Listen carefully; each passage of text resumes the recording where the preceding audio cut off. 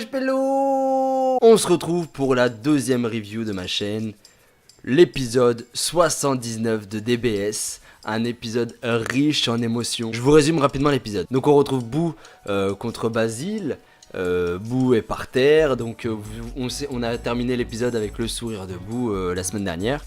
Cette semaine, Boo, littéralement, comme je vous ai dit la semaine dernière, il est trop fort, frère. Trop fort, au-dessus de tout. Majin Buu se relève, s'amuse avec Basile, tranquillou. Il arrive vers lui, il commence à le prendre dans ses bras. Voilà, en gros, il s'amuse, tu vois. Pendant ce temps-là, t'as le Kaioshin de l'univers 9 qui nous casse les bonbons. Il a cru que c'était... En plus, il a trop une tête de méchant. Il a trop... Oh lolo, mais comment il casse la tête. Il arrive comme ça, il commence à crier: ouais, non, on est trop fort, ouais, super, on est les meilleurs. Le trio des chiens super légendaires. On s'en bat les steaks. En gros, t'as qu'une envie, c'est de le tarter, tu vois. Donc après son explication concernant ces chiens totalement pétés, totalement super puissants, je sais pas quoi. Tu vois un chien marron, tu vois un chien rouge, tu vois un chien gris-bleu, si tu veux. Frère, Basile, il est pas si fort que ça. Tout ce qu'on voit sur l'épisode, c'est que Majin Buu s'amuse avec lui. Basile, il est surpris de voir à quel point Majin Buu est résistant. Par la même occasion, tu vois Goku qui sourit, qui est super content parce qu'il n'arrive pas à ressentir le ki des chiens. Donc ça veut dire qu'en gros ils arrivent à contrôler le ki, donc t'arrives pas à évaluer leur puissance. On s'en bat les steaks, Goku. Toi-même tu sais que t'es supérieur à eux, tu le sais ou pas, Goku? Non, mais c'est ça en fait qui m'énerve dans ces épisodes, c'est qu'ils te font passer pour des personnes pour super forts, super puissants et tout, mais en réalité ils sont charnazes.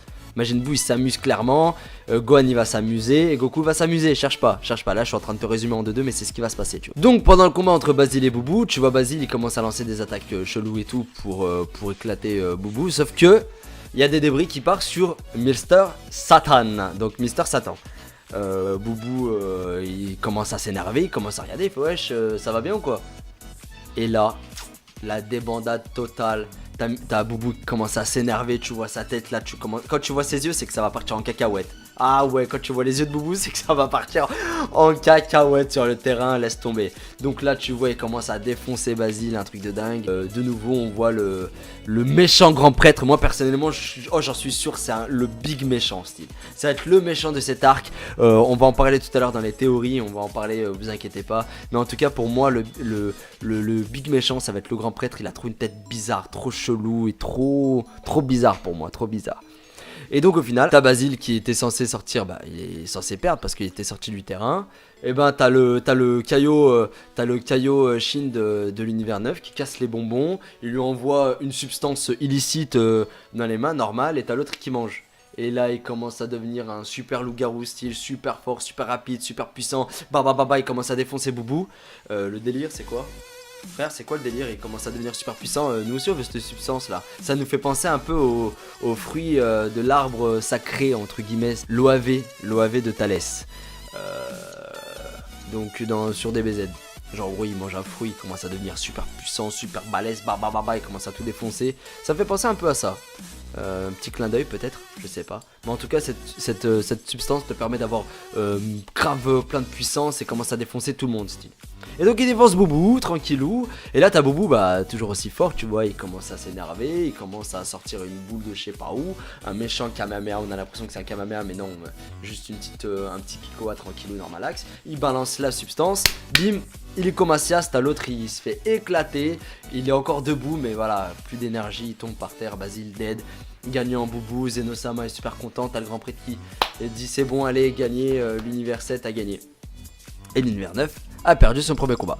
Donc le second combat, c'est Gohan contre notre ami, je sais pas comment il s'appelle, le loup là, le loup marron. J'ai pas envie d'avoir son prénom, je l'ai vu le prénom là pendant l'épisode, mais moi personnellement je cite pas le prénom d'une personne qui va se faire défoncer par Gohan, sachant qu'il y a même pas 2 épisodes, il était encore en 1-2-3 Viva l'Algérie, tu vois.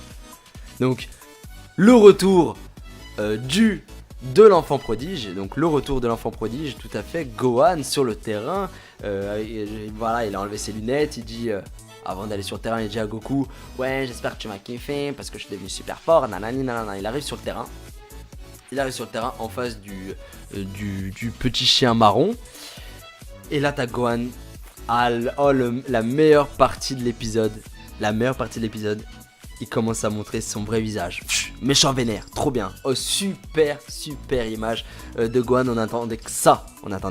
Donc pour moi, en termes de théorie, comment ça va se passer pour la suite, t'as Gohan, il va affronter le chien marron, il va le défoncer, il va l'éclater, bon t'as l'autre, il va se défendre, vite fait, des petits coups par-ci, des petits coups par-là, des petits coups d'épaule, comme ça dans tous les sens. T'as Gohan, il va esquiver, droite gauche, et après il va le défoncer.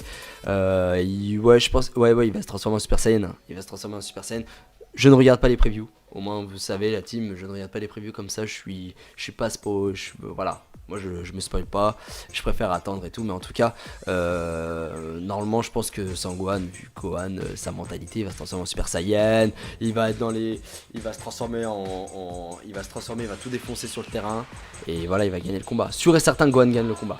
Ah, moi je vous le dis, Gohan gagne le combat. Boubou a gagné son combat, Gohan gagne son combat, cherchez pas à comprendre, ok.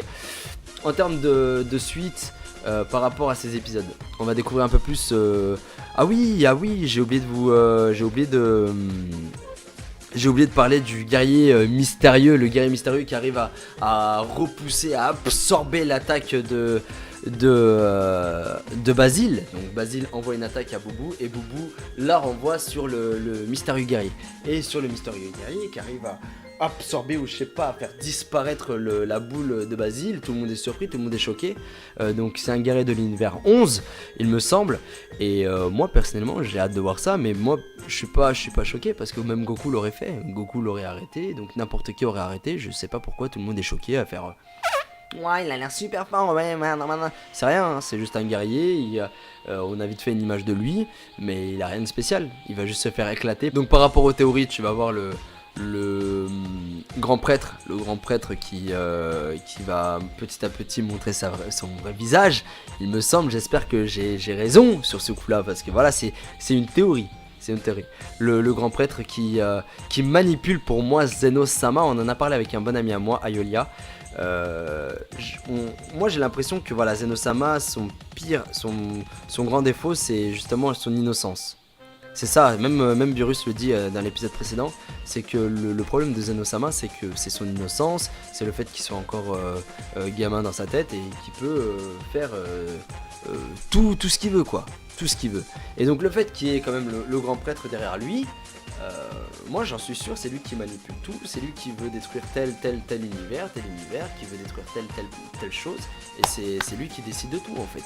Donc à mon avis, moi je te dis, le grand prêtre, il est pas net, je le redirai à chaque épisode, je pense.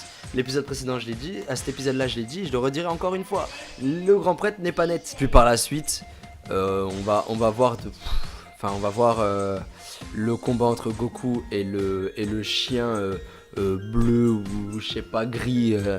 Ils vont s'affronter, tu vois, et forcément Goku va gagner. Mais Goku, je pense pas qu'il va se transformer en Super Saiyan Blue pour ce combat, mais voilà. En tout cas, on retient juste que Boubou a gagné son premier combat, que Gohan va affronter le petit chien loup marron et va l'éclater. Pour moi il éclate, clair et net.